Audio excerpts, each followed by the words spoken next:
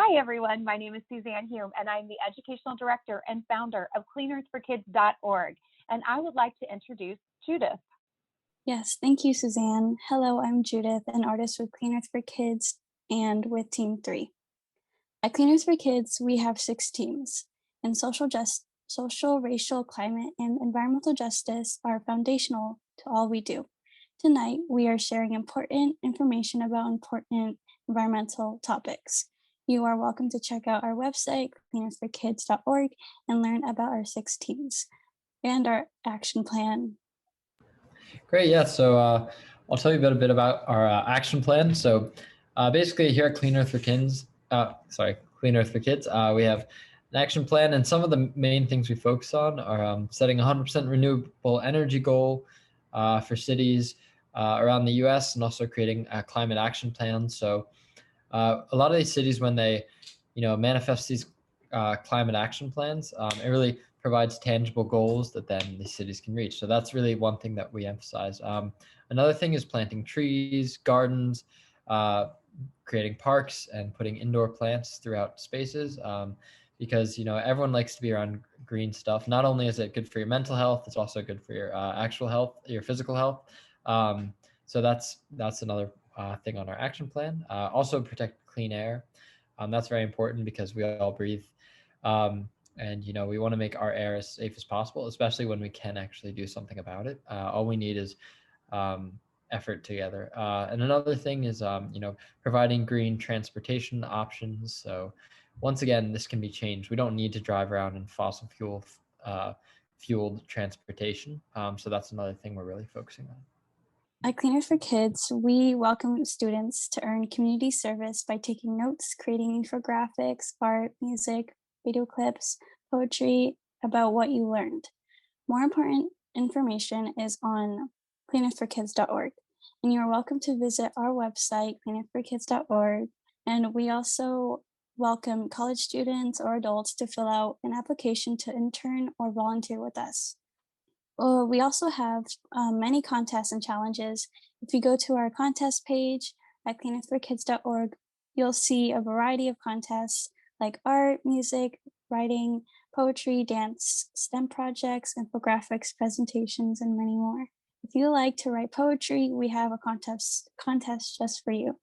Last week, we shouted out Kevin for his poem called Synthetic Nightmare, which is a call to action to stop tons of plastic in our environment, and to stop plastic grass, which is synthetic turf, which has been known to contain PFAS, lead, and toxic chemicals and create injuries for athletes. That is why NFL Players Union and women's soccer team is calling for playing on all natural grass, like the men's soccer team.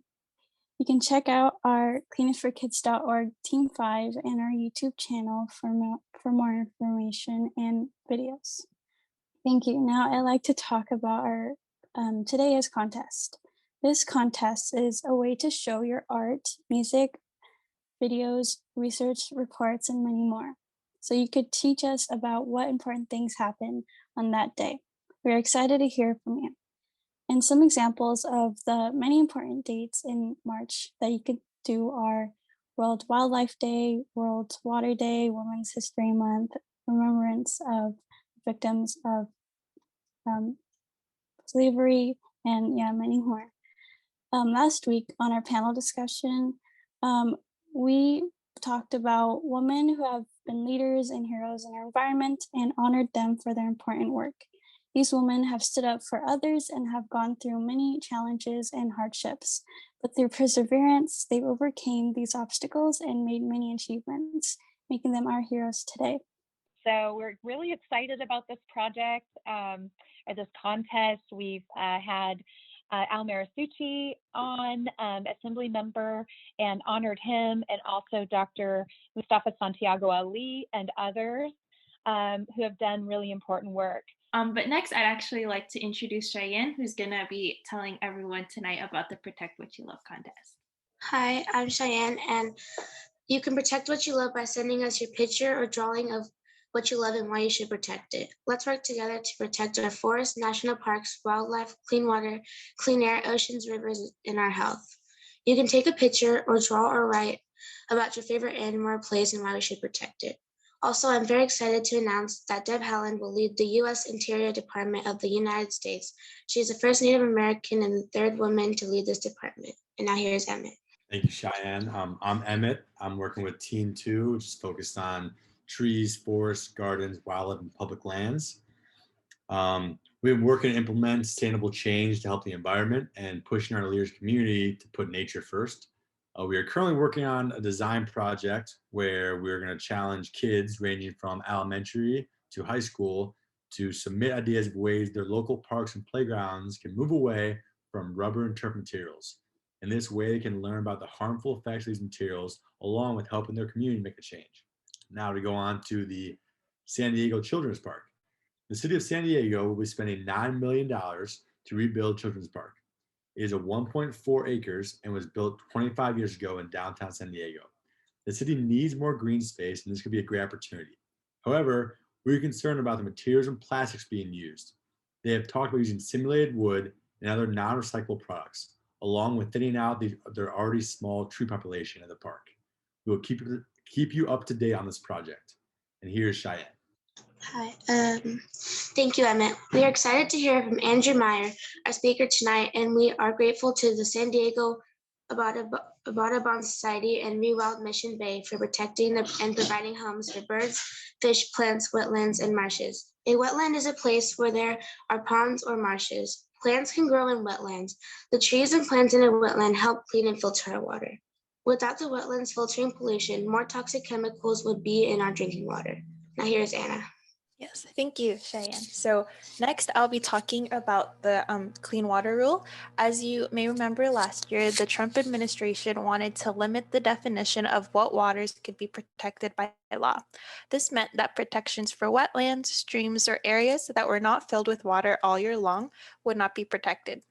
And unfortunately, the Trump administration repealed or took away the Clear Water Rule, also known as WOTUS, Waters of the United States, and replaced it with a rule that did not protect 90% of streams and wetlands, and it also gave exemptions in allowing mining companies to not follow the rules and regulations. The Trump administration gave this new rule a nice name called the Navigable Waters Protection Rule, which sounded good, but the name was a bit deceiving. It limited federal protections and regulations for water. But now, thankfully, under the Biden administration and Michael Reagan as the new head of the EPA, we will go back to WOTUS WOTUS, the old rule, Waters of the United States. And next, here's Emmett. The rights of water is something we'll be talking about. Did you know that a corporation has rights as a person does? Indigenous people around the world have always believed that nature has the same rights as people. All life is connected, and we are responsible to protect nature. The rights of nature defense in court helped stop fracking in the state of Pennsylvania. We'll be talking about that soon. We attended a panel with Mark Ruffalo, who is the actor from the must-see movie Dark Waters, that we will also be discussing in the upcoming weeks. And here's Judith. Thank you, Emmett.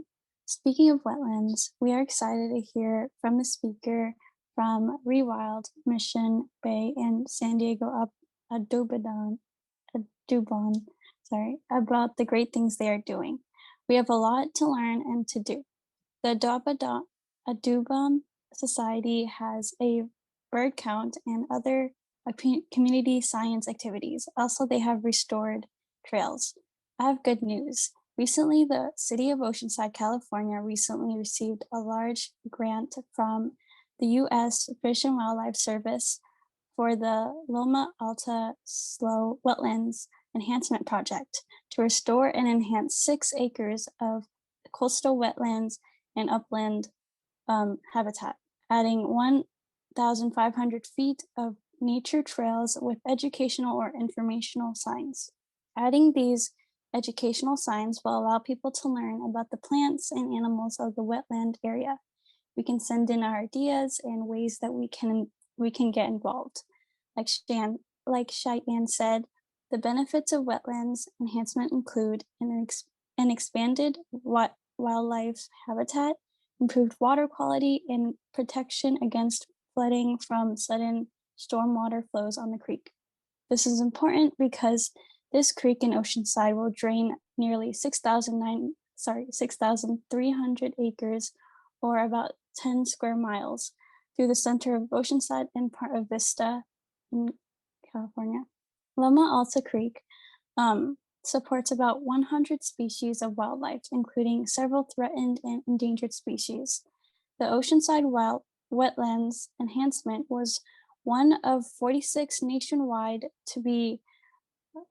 projects nationwide to be funded this year by the National Fish and Wildlife Foundation's Coastal Resiliency Fund.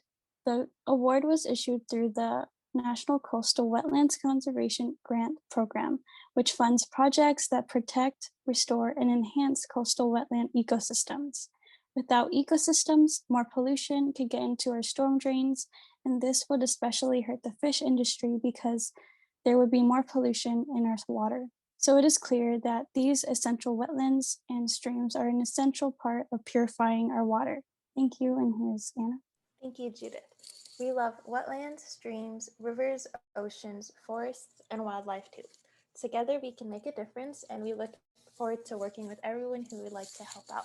We are pleased to welcome our speaker for tonight, Andrew Meyer from ReWild Mission Bay and Sandy SD Audubon Society. We are excited to hear about why doing this work is important. And here is Cheyenne to say a little something before he speaks with us. Thank you.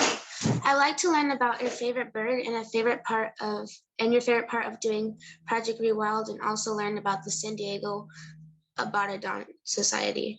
Thank you so much for being here. And now I would like to introduce Andrew Myers. That's me. Should I go, Suzanne? Yeah. Yes. Okay. Well, that's fantastic. That was one of the best introductions I've ever gotten. So thank you all very, very much. That's fantastic. You guys are so busy doing so many awesome things that it's hard to keep track of. But thank you very much to Judith, Emmett, John, Anna, and Cheyenne, if I got everybody. And nice to meet you all. And thanks for the good question, Cheyenne. I will have to think about today what my favorite bird is, because it changes from day to day. But I'll hit it, I'm sure. So can you all see that? And can you all hear me? That was working well? Okay, cool. Thank you very, very much for the introduction, like I said. And this project, the ReWild Mission Bay project, hits on a lot of things that you guys all brought up. So thank you for all of the kinds of topics, again, that you're all working on, but plus the introduction about why wetlands are important.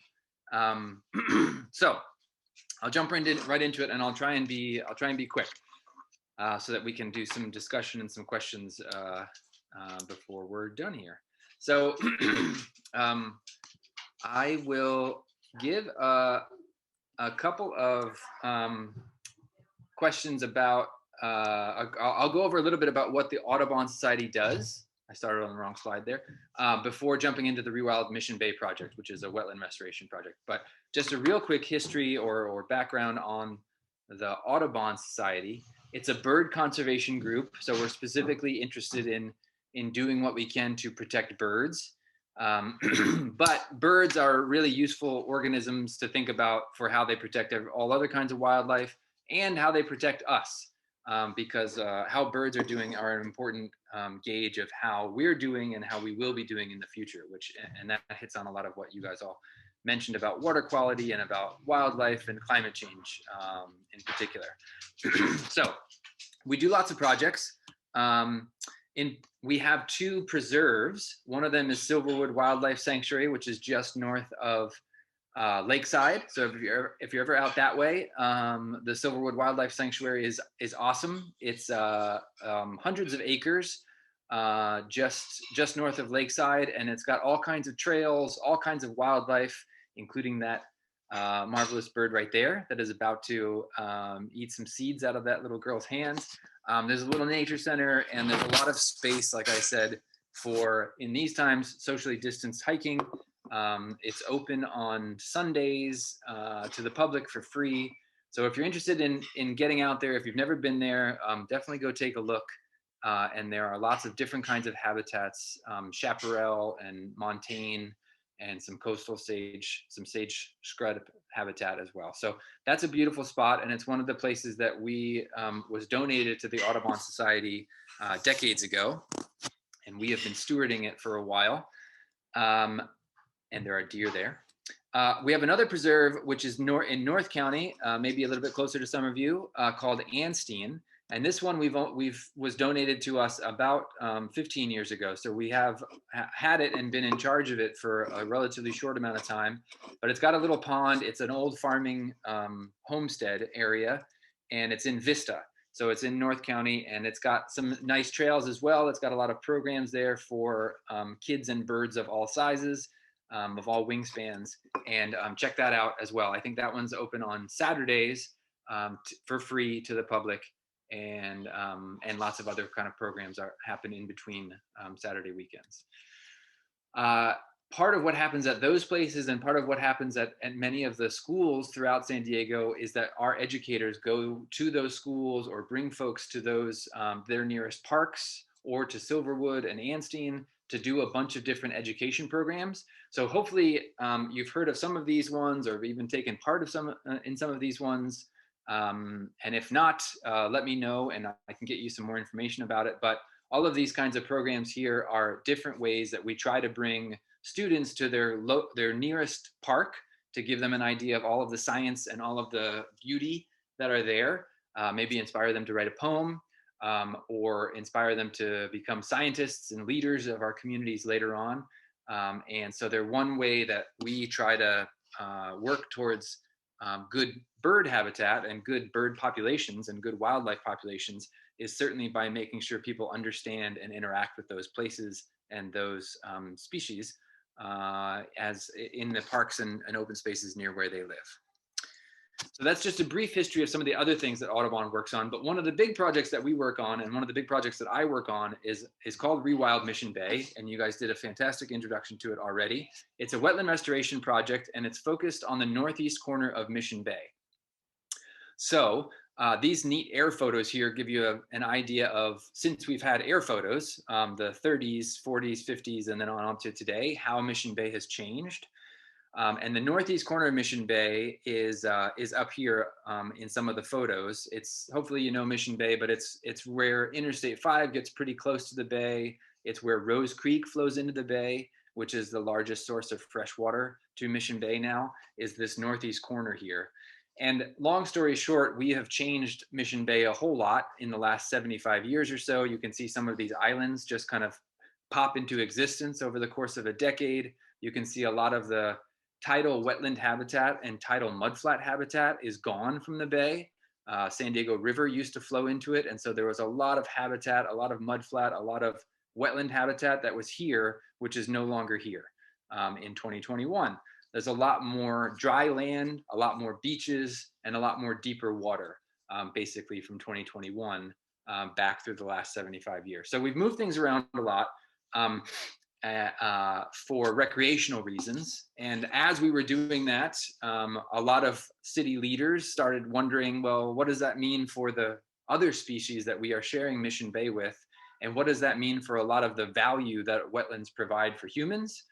And they quickly realized that it doesn't mean great things for a lot of those other species, and it doesn't mean great things for water quality for us humans that want to use the bay. So we have been working towards trying to identify some of those species that would need some habitat restoration, and some of those values to humans, like water quality, that we need to be thinking about and planning for because we've made this big change in Mission Bay. But an important context to this story here over the last 75 years is that humans have been living in Mission Bay for a long, long, long time, more than 75 years. So if we are interested in a story about how humans can positively interact with Mission Bay, or False Bay, as it was called when the Spanish arrived, we don't need to make that story up. We have a great history of Native Americans, the Kumeyaay population, living alongside Mission Bay, celebrating, recreating there, harvesting natural resources, having their villages and having their livelihoods alongside Mission Bay, without drastically moving things around and making islands and those kinds of things. So the last 75 years is a really short time span to be thinking about when we're thinking about all of the human history of humans and Mission Bay. And we can look back past 75 years to get some examples of what we can do without drastically ruining Mission Bay. And that's a good, important perspective about all of the history and all of the knowledge that Native people have about Mission Bay, and some of which we've certainly lost over the last 75 years. So I'll move quickly through some of this stuff, but from our perspective, the Audubon Society is really interested in birds and other wildlife and their habitats.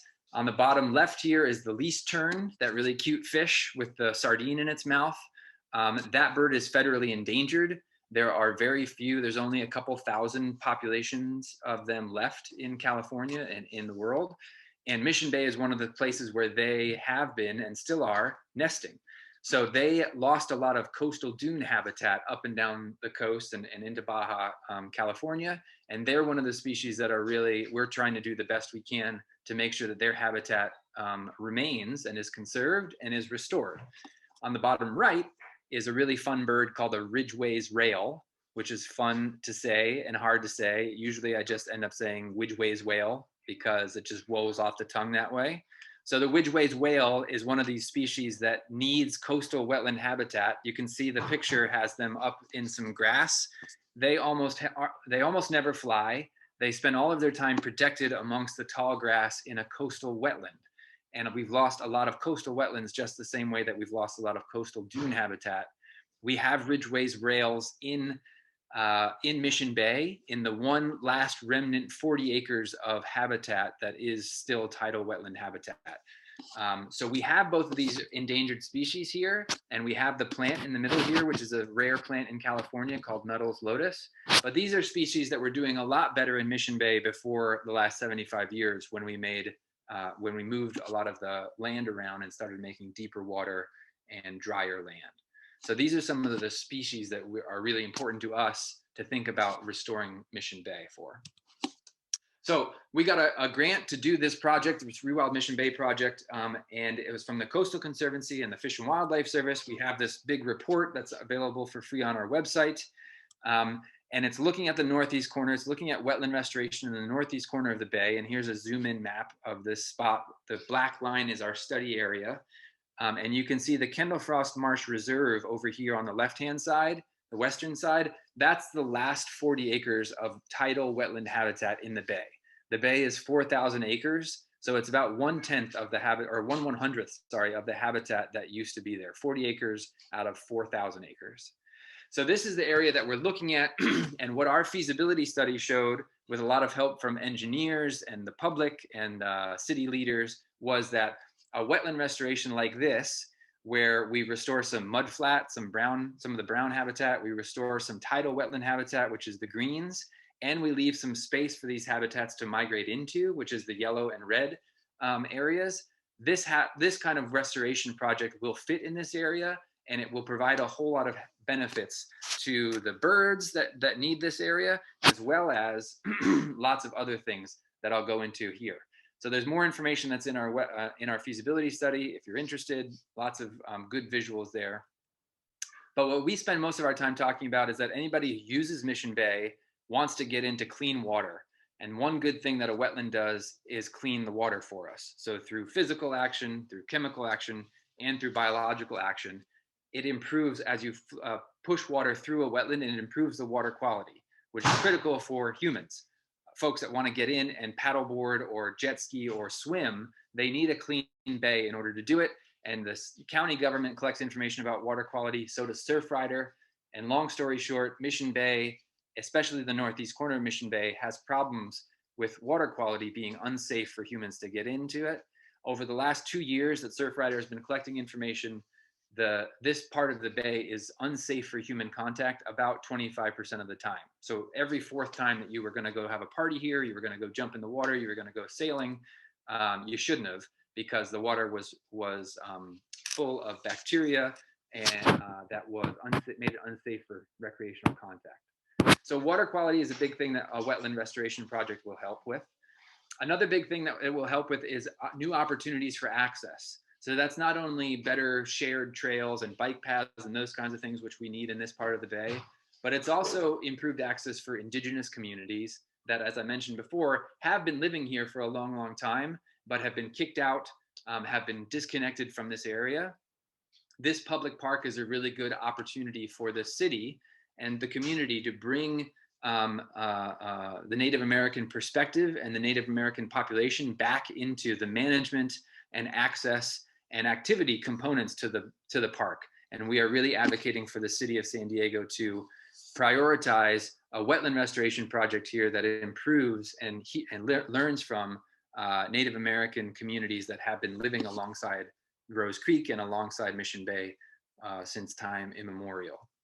So water quality and improved access. And then the last thing, which you all mentioned in your intro too, climate change is something that we all need to be thinking about. We definitely need to be planning for in our city parks. The city should be planning for climate change, what we know is coming. So here's an example of how that marsh changes over time. So by 2100, when you add 5.5 feet of sea level rise, 6 feet of sea level rise is more appropriate to be planning for now. Since this project was done, the horizon for sea level rise has increased. We're going to lose a lot of these kinds of habitats around the coast and specifically in Mission Bay unless we make a big investment in tidal wetland habitat now to make sure that there is some of that habitat left as sea levels rise. But not only is it a good idea to remove some of our infrastructure here and make it a tidal wetland habitat that is floodable without a cost to humans. There's no kind of electrical lines and plumbing and pavement here that gets flooded and costs us money if it gets flooded. If it's a wetland, we don't have those problems. But a wetland habitat is also a really good habitat for sequestering carbon.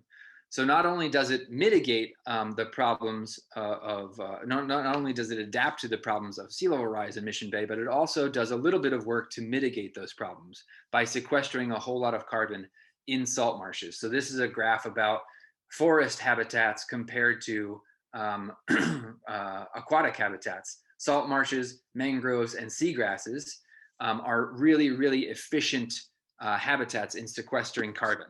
And we have salt marshes and we have seagrasses. So these kinds of habitats are really important to preserve in Mission Bay and in South Bay, as well as restore when we have the opportunity to. And in Mission Bay, we have the opportunity to do a fantastic wetland restoration project. So this is an example of just what the park could look like, the northeast corner of the bay could look like with a substantial wetland restoration project here at the bottom. That's what all this is. There'd be some awesome boardwalks. There'd be some group camping opportunities. There'd be some places for paddle boarding and kayaking in this restored marsh. So it'd be a real awesome place to go. But it also would provide all of those benefits about sea level rise resilience, improved access for all San Diegans, including Native American populations, and improved water quality. So I'll skip over this. There's a lot of other things, a lot of places to go for money, a lot of other statewide projects that are asking for wetland restoration and demanding wetland restoration in one way or another. We are building a coalition of folks that are supporting it. And Clean Earth for Kids is on here. So thank you very much for Suzanne's work connecting with us a couple of months ago. There's 53 organizations and it's growing. Hopefully you recognize some of the logos and maybe you don't, maybe there's some that you don't recognize. But all of these groups have been saying that the ReWild wildest wetland restoration is what we should be doing in this corner of the bay. And these folks are joining voices with us to say that this is the way to go. We got a big win in October. The good news is that in October, the city got money to do a new land use plan for the northeast corner of the bay, which will include a lot more wetland acreage than they originally were talking about. So that was because of our advocacy. We worked with the city, we worked with the regional board in order to make sure that there was a lot of push for the importance of wetland restoration in this particular part of the bay. So the city's working on this new land use plan. And here's the Twitter feed from the regional board that said that they unanimously voted to support this project, which is great. Here's the next steps for us. You know, ReWild Coalition is growing. We would love other organizations to join. You can get more information about our projects from ReWild Mission Bay. We have been working on a letter to the county and the city about the climate action plans and how they should be including restoration, the sequestration benefits from restoration projects like this. I appreciate how much Clean Earth for Kids is tied into actions. So the other thing that that we have is a letter that we want to send to Councilmember Elo Rivera. He is the new Environment Committee in the Environment Committee Chair in the city of San Diego. So I would love to send this letter to Suzanne when we're done here. And it's a letter that can go to his staff to make sure that the Environment Committee in particular knows that the ReWild project has a lot of support, that it has value, and that it has particularly value for climate change as an action the city could take from a climate change perspective. It's something that adults can do to hear from youngsters who are going to inherit this place saying, we want you to do positive actions to combat the climate crisis as soon as possible. And this letter gets at that, and we have the email that it should go to. We have some information here to start the letter off, and then we have some prompts down at the bottom for you to fill in. We would love to send that to you all so that you can send that into the council members so that they know that there's a lot of push and a lot of interest in supporting this project. So if that's an interest, I'd be happy to send that along. I'll just end with the fact that this project is a fun project for me to work on. It doesn't depress me the way a lot of other climate change and environmental projects do, because it's so proactive and because it brings so many groups together. These are pictures from our March to the Marsh as part of the Global Climate Day of Action in 2019, just about a year ago in the fall. 300 people from Mission Bay High School, 300 people from the community all came together and marched to the marsh, saying that we want the city to do something, and we want the city, one of the things the city can do is the wildest wetland restoration project right here in Mission Bay. Something that we all can get behind and take one small but positive step forward against our climate crisis. So I hope that was useful. I'm happy to answer questions. And Cheyenne, today, my favorite bird is the brown pelican, for sure. Yeah, tomorrow it'll probably be different. It might be a least tern, or it might be a black phoebe that comes around our backyard a lot. But today it's a pelican. So I hope that helps, and I'm happy to answer any questions or give you more information on whatever I can. Yeah, thank you so much. It's so absolutely fascinating, and I'm really excited for I'm really excited to make sure that we follow the updates, right? So congrats on the big win. And yes, of course, we'll be sending those letters in. We love to do advocacy, and we'll put it on our email. We have a pretty big email list and a social media list as well. So we, lots of groups and lots of things. So we definitely will send that out, and we're excited about that. So wow, so much great work, and it's so inspiring to see this, and it's really fun for us to see this. And what we'll do is we'll have this on our YouTube channel for Clean Earth for Kids, and we'll pull out your the interview, your presentation that you shared, because some of the petitions that we're going to share in a little bit will be expired by then. So we'll have that, and then you're able to use this as well, and this as well.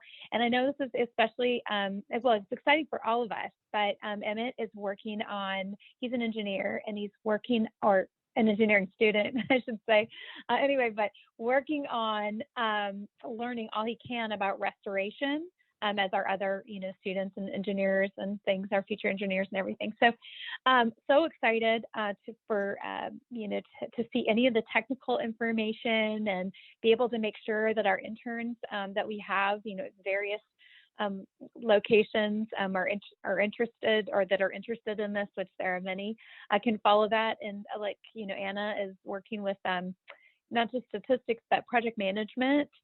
So this is really important for her to be able, to see how this goes. And then John, who will be going into, most likely, somewhere, state department level work, things like that. It's really important for him to see how projects roll out and what we can do, on all levels, and how we get things passed. So, and I could, go on and on. So, and, for the people that were unable to be here tonight, I it's sad that they will be able to see the interview anyway on our channel, on our YouTube channel. So that's great. And we'll be able to let them know there's so many important things here. So I just have to ask, okay, so I know Cheyenne wanted to find out, and Anna and everyone, what is your favorite part of working on this project? Well, so I'll stall for a minute, but Emmett, I think you were the one that mentioned the children's playground, and I have seen some pictures of that. It's awesome that you guys are thinking about that. One of the neat things that this project has brought up, a lot of partners have taken it and run in different directions, and one of them is that UCSD and the New School of Architecture in downtown San Diego have designed new buildings to go in this corner of the bay that are education and research and nature center kind of things. And those example buildings are really beautiful, really neat, and they all try to do something. They're just kind of project concepts, but they all try to do something or other. One of them had tried to filter water as it went right through the middle of the center. One of them tried to be ready for sea level rise by having some of the windows like underwater at certain times, some levels of it be underwater. So just for your information, I can send you some information about the technical pieces of the feasibility study. We didn't design any buildings or anything like that as a wetland restoration project, but a lot of other groups have picked on, like, wouldn't it be great to have an education center here, because the Mission Bay Park Master Plan calls for it, and here's what that education center could look like. So I'll send you some of that information too. They have some really beautiful renderings of some building ideas. And that probably actually gets at my answer. This one here, that this land use map for the northeast corner of the bay was also one of those things that we didn't create this one. It was created by the citizens group that has a lot of landscape architects in it. But they knew, or they realized that they supported this idea and wanted to design the rest of the park that would fit into it. And so we get a lot of benefit from their ideas about what the rest of the park should look like, in addition to or bordering up with and interacting with the restored wetland that we're looking for. So my favorite part about the project is definitely the idea that what happens when you have a good idea that other groups come and add to it and say, that's a great idea, I'm going to add this to it, and it becomes an even better idea. Part of that is building a coalition, and part of that is making sure that you give lots of presentations and that you're listening to the other groups that want to get involved. It's not all rosy interactions. There are definitely some groups that don't like some of these ideas and want their own ideas. So it's not easy or it hasn't been happening without any input and momentum. But as far as other kinds of projects in which humans will have to deal with sea level rise and climate change, this is a really positive and relatively easy one. This is public property. This is nobody's living here. It's not full of industry. It's not a commercial district, that kind of thing. So in terms of like what South Bay will have to deal with as sea levels rise, and it's going to flood residences more often, this is one of those projects where we can have a lot of positive components build onto this use of a public park, and the downsides are relatively minor. So I mean, that's a little bit depressing, because all of our other discussions about climate change are going to be even harder land use discussions. And I'm sure you've heard about, Louisiana has all kinds of hard discussions about what they do. California up and down the coast has really hard discussions about the hard infrastructure now around places that used to be coastal wetlands or used to be floodable and now aren't anymore. We have a lot of these hard conversations coming up. But in this particular case, some of those land use decisions and complications aren't there. So it's really a project that lots of other groups have said, this is great, we want to add to it, here's our ideas, and let's push for it. And that's really, really fun to see. Wow. It's just wow. Thank you so much. This has just been so amazing. And thank you also for showing us about the San Diego Audubon, all of the neat, and now everyone will know how to pronounce Audubon. Yeah. And thank you so much, work members. Yeah. We need to do good work around that. And so you have the San Diego Audubon has a backyard, let me think about it. It's a bird challenge. So we are very interested in community science. So we actually, on the call right now is Jay Kloffenstein, our fabulous board member with, decades of experience, Teacher of the Year, Carlsbad, and so well known on billions of boards, and including ours, and really active with Cleaner for Kids. Anyway, Jay and I and Jim Wong, who's the Encinitas Environmental Commissioner, and many other people, I think Marlo and is on, but anyway, meet on every other Monday night to talk about community science projects. So we definitely would like to work with you about this bird project and community science. So we're excited about getting that scheduled. We have lots of contests that you saw, lots more that you didn't see, but we know that there are lots of cool things that we would like to push out. And we would be happy to do that in collaboration with the Audubon Society and also, ReWild Mission Bay as well. So we're excited about future collaboration and conversations for sure. So thank you so much. And so this will not be the last time, because we're so excited to be working with you. And I know there's zillions of questions that are bubbling up for all these guys. Thank you so much. So I will pass this to John because he is going to make a quick connection to the SDGs, the Sustainable Development Goals from the UN. And then Cheyenne, if you want to share some goals. If you don't want to share those today, that's okay. And then we'll share a couple of petitions. Usually we share our petitions at the beginning, but we wanted to get started right away. So we have a couple petitions, and if someone can just go ahead and put those in the chat right now, because we're running low on time. Anna, can you put the petitions in the chat? Okay, thanks. Yes. So guys, there'll be 4 petitions in the chat coming your way right now. So we're going to talk a minute about those. So, and then we'll end at 6:30 or as close as we can with Andrew hopping off at 6:30. I'll be able to stay on the call to be able to answer any questions if anyone wants to stay on. And then, our youth will be, most likely hopping off. So, okay. All right. So Anna has started adding things to the chat. So John, if you could talk to us about the United Nations Sustainable Development Goals, that would be great, because this is absolutely related to the fabulous work that Andrew is doing. All right, great. Yeah. So everyone, so the United Nations, they've made sustainable development goals. Now there are 17 of these, and they're basically, with a united effort of all the nations in the world. The United Nations compiled a list of what we can do to improve our world for the next, generation. So an example of these are, the first goal is 1, no poverty. There's also 0 hunger. A few that we specifically focus on is clean water and sanitation, right? That's extremely important. Sustainable cities and communities, affordable and clean energy, responsible consumption and production, like climate action, life below water, life on land. And, this connects directly with what Mr. Meyer was just talking about. And what I really like about the Sustainable Development Goals is that they really are all interconnected. You can't have climate action without having affordable and clean energy. And you also can't have decent work and economic growth if you don't have this kind of thing.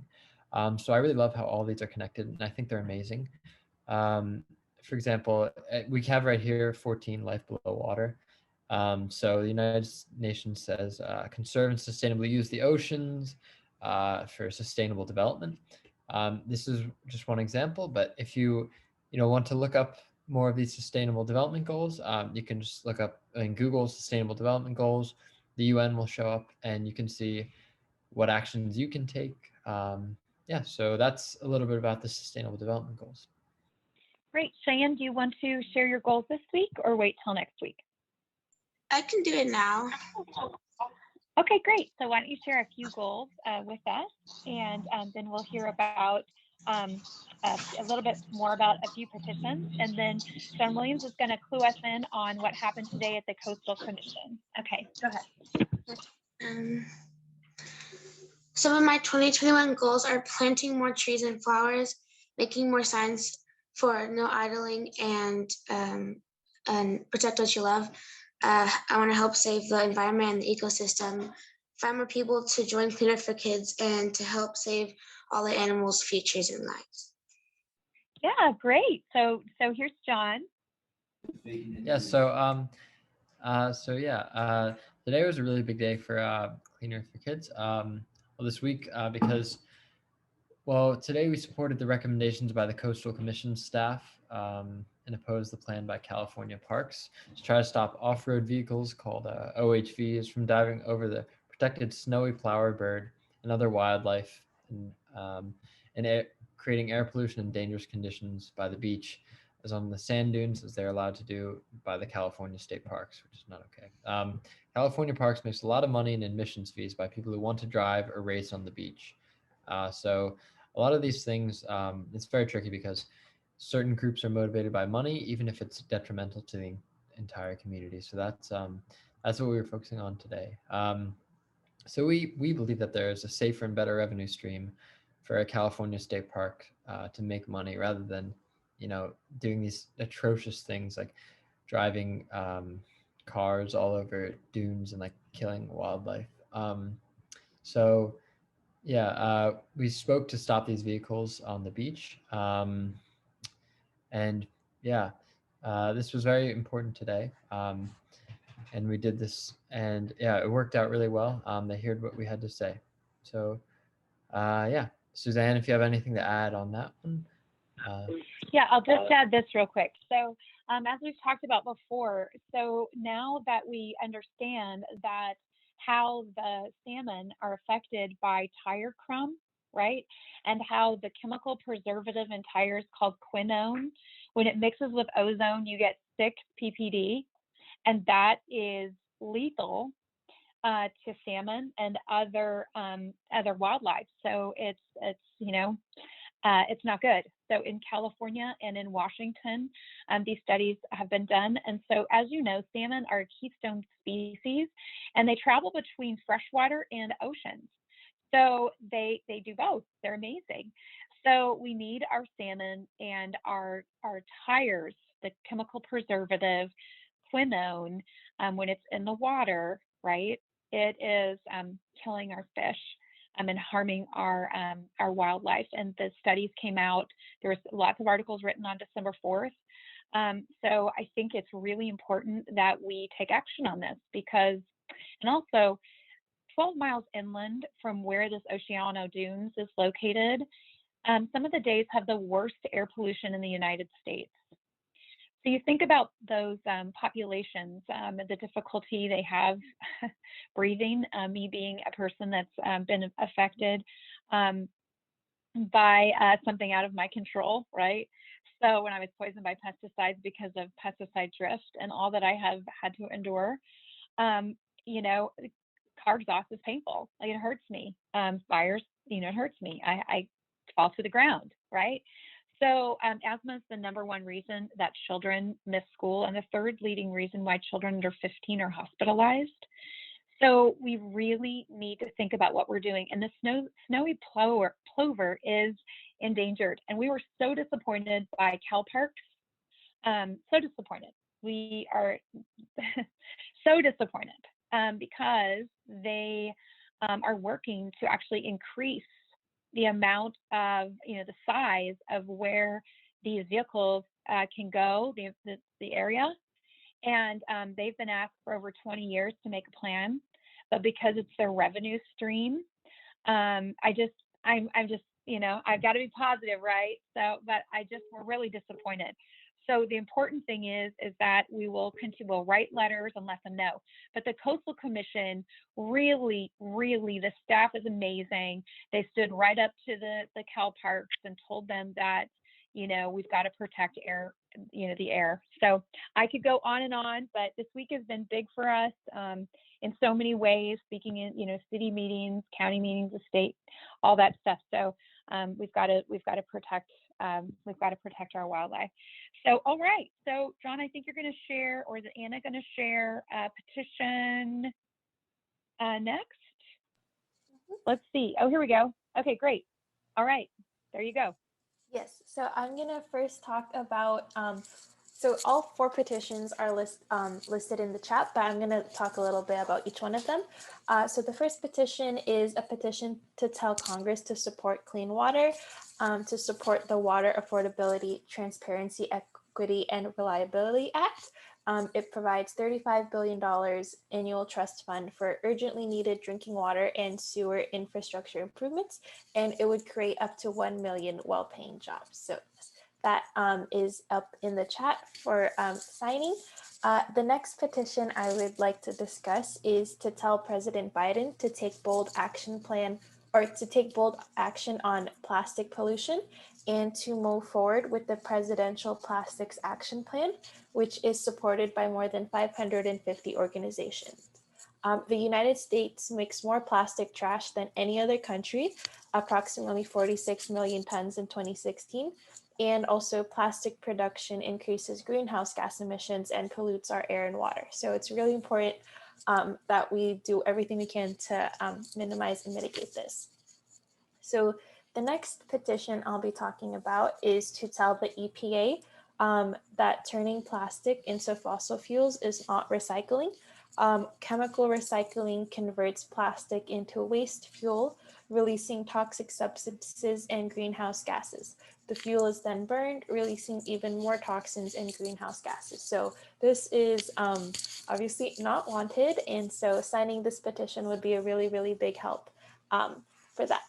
And the last petition I'll be talking about tonight is to tell President Biden and Congress to stop deforestation in order to prevent the next pandemic. So unfortunately, tropical deforestation is the largest cause of disease outbreaks. In 2010, there were 6 times more animal to human outbreaks than in 1980.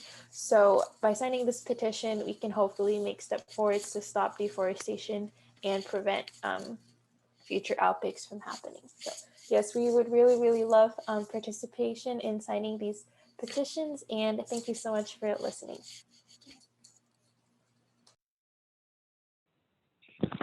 Thank you so much. And gosh, you guys are so amazing. So we'll wait to share and talk about the differences. I know Emmett and Anna were going to talk about the differences of wetlands and watersheds. And so we can do that, next week or the following week.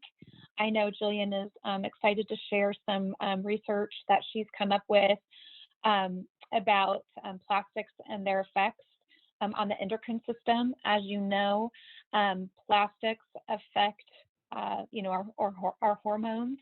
It's the phthalates or phthalates. I want to always say phthalates or phthalates, but it's phthalates. So phthalates, there we go. Phthalates in plastic disrupt our hormone systems. And anyway, so she's going to share more about that as we continue to learn more and more and advocate for good things everywhere. So guys, thank you so much. And thank you to Andrew Meyer for being here, ReWild Mission Bay and San Diego Audubon Society. And so, yes, and now Cheyenne, Audubon Society. Can you say it? Audubon Society? Me? Yeah. Let me hear you say Audubon Society. Yeah, okay, great. Awesome. You're awesome. Isn't she so sharp? I mean, wow. Future Okay. employee right there. Thanks, Cheyenne. Yeah, for Future sure. leader. You guys are so amazing. So I know we have, Andrew put some great things in the chat about native plant seed libraries. So this is very important to us. And so we will have you on again because there's so many things that you're doing that are exactly what we want to be doing.